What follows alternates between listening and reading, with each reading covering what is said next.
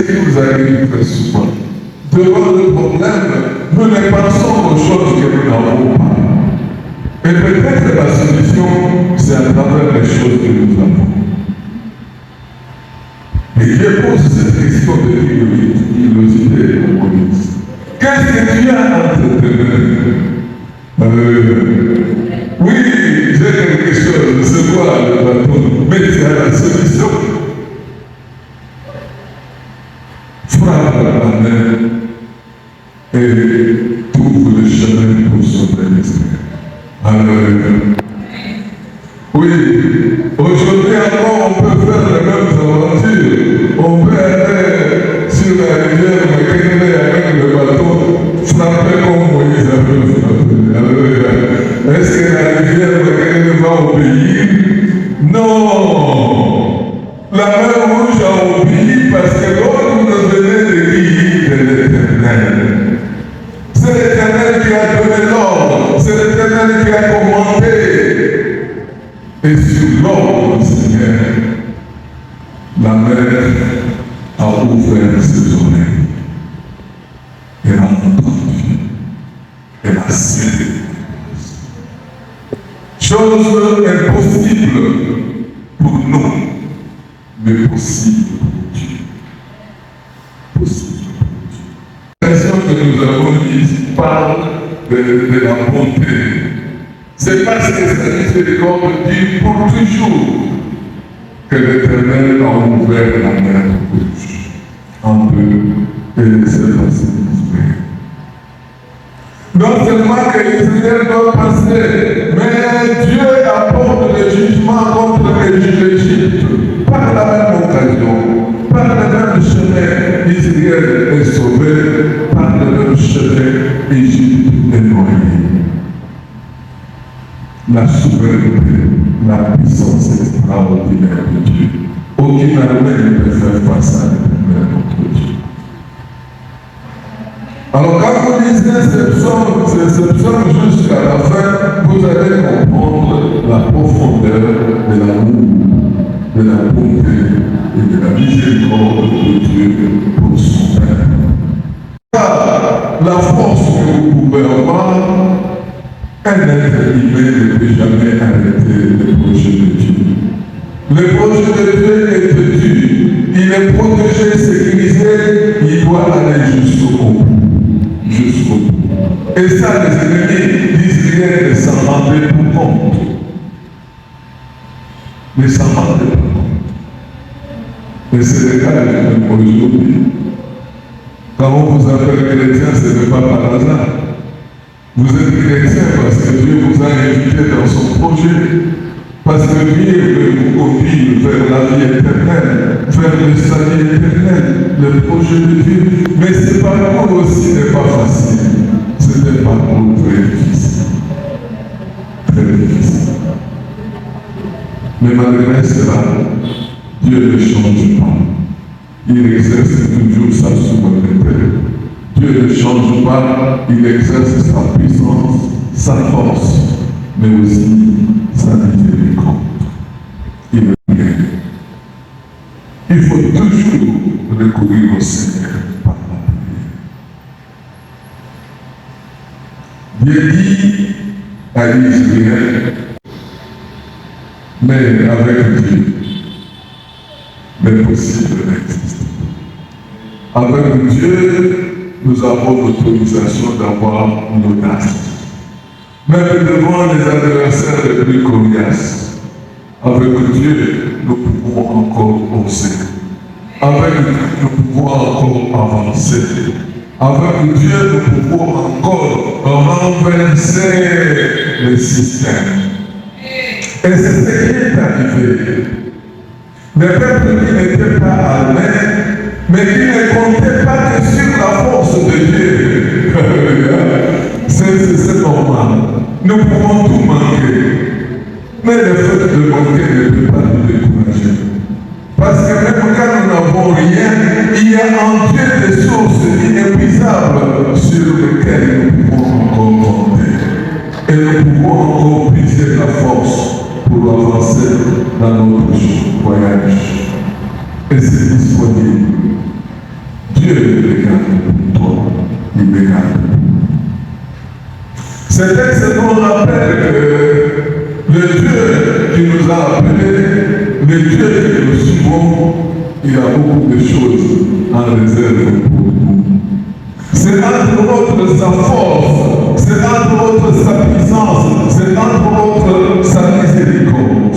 Nous pouvons encore compter sur la puissance de Dieu, sur la souveraineté de Dieu, quelle que soit la souffrance, quelle que soit l'immensité des difficultés qui peuvent se présenter devant nous. N'ayez surtout pas peur, n'abandonnez jamais, ne reculez pas, avance.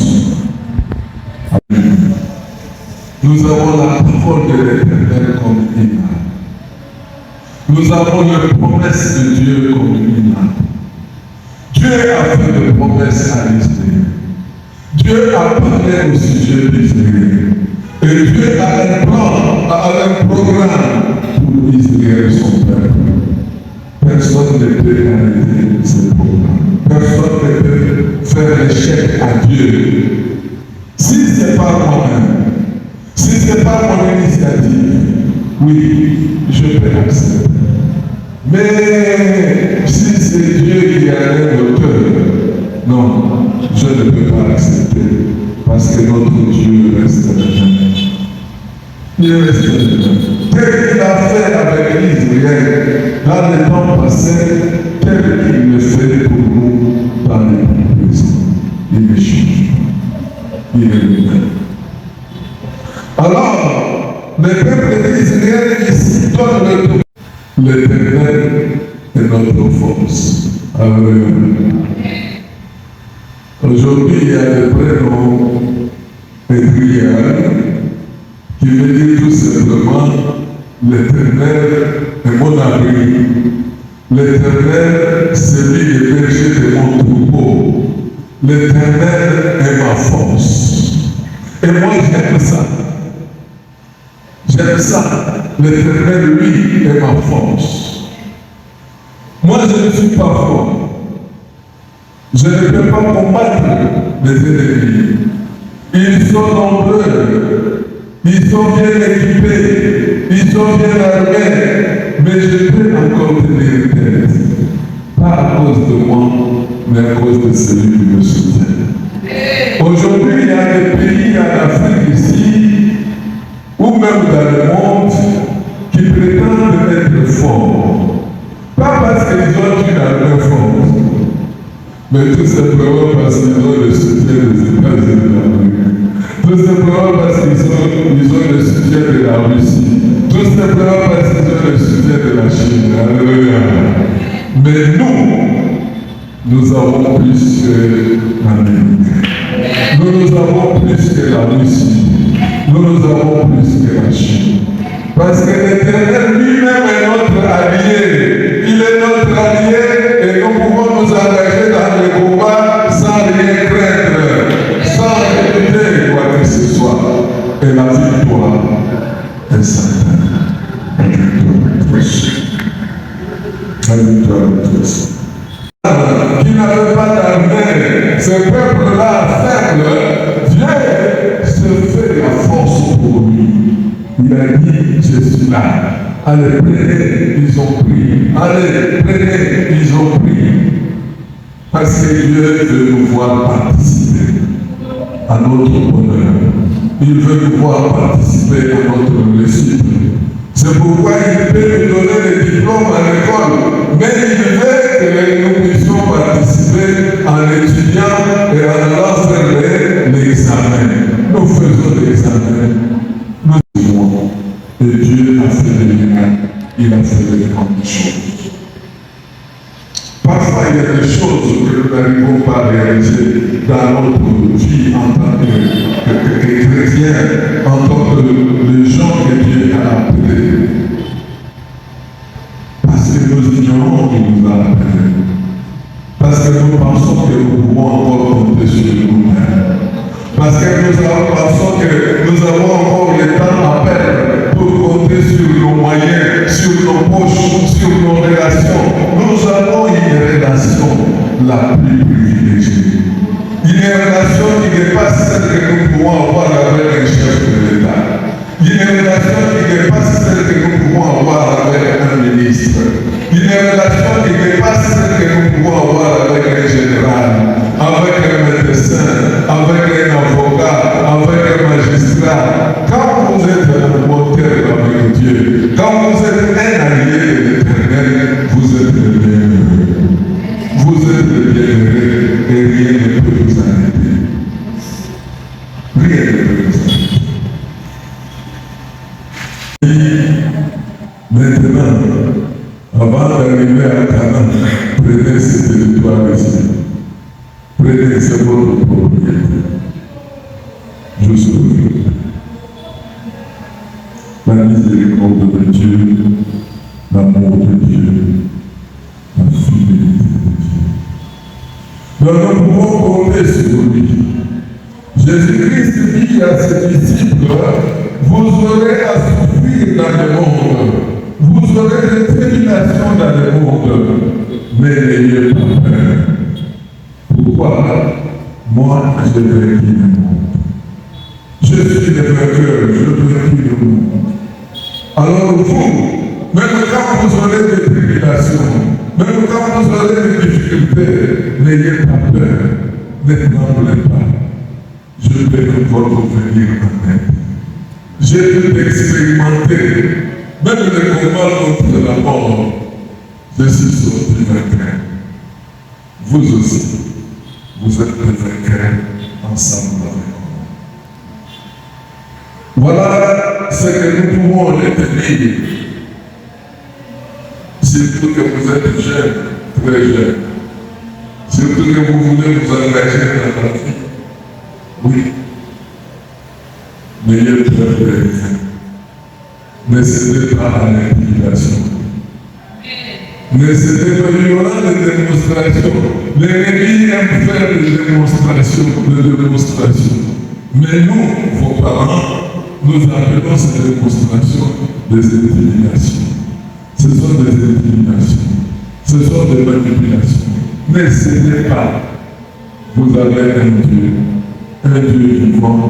Vous avez un Dieu qui peut répondre à tout moment lorsque vous criez, lorsque vous faites appel à lui. Un Dieu qui peut donner la réponse lorsque vous avez des questions. Un Dieu qui peut transformer votre situation lorsque vous êtes devant un obstacle. Il y a un Dieu. Ne soyez pas étonnés que l'homme vous dise que c'est impossible. Ne soyez pas étonnés. Il dit impossible tout simplement parce que c'est un homme. Alléluia. Amen. Ne pensez pas que c'est parce qu'il a au moins étudié, parce qu'il parle le français et l'anglais, parce qu'il a 3-4 diplômes, quand il a dit impossible, c'est tout. Non! Un homme peut dire impossible devant un autre homme, mais il n'est pas dit impossible devant Dieu. Mais pas devant Dieu. Et quand nous entendons le mot impossible, nous nous tournons vers celui-là qui est capable de transformer l'impossible devient possible. Allez-y, le psaume 136. Vous verrez étape par étape les obstacles, les impossibilités selon l'homme. Impossibilités selon l'homme. Nous vivons dans un contexte très difficile. Nous avons la chance d'appartenir au Dieu créateur, d'être l'associé du roi des rois, le Seigneur des seigneurs. Et à cause de cela, nous n'avons pas peur. Nous n'avons pas peur pour aller à l'école. Nous étudions, nous avons la foi. Nous sommes convaincus que c'est le bon chemin. Nous n'avons pas peur pour chercher le travail. Nous allons chercher le travail. Nous sommes convaincus que c'est le bon chemin. Nous n'avons pas peur pour nous engager dans le mariage. Engagez-vous dans la guitare. À cause de qui? À cause du frère. À cause du frère.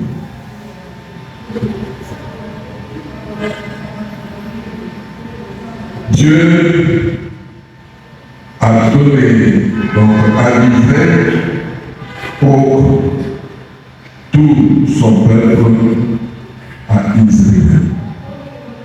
Et nous avons l'assurance que Dieu est capable de le faire aussi pour vous, aussi pour moi, aussi pour son Église, au nom de Jésus-Christ.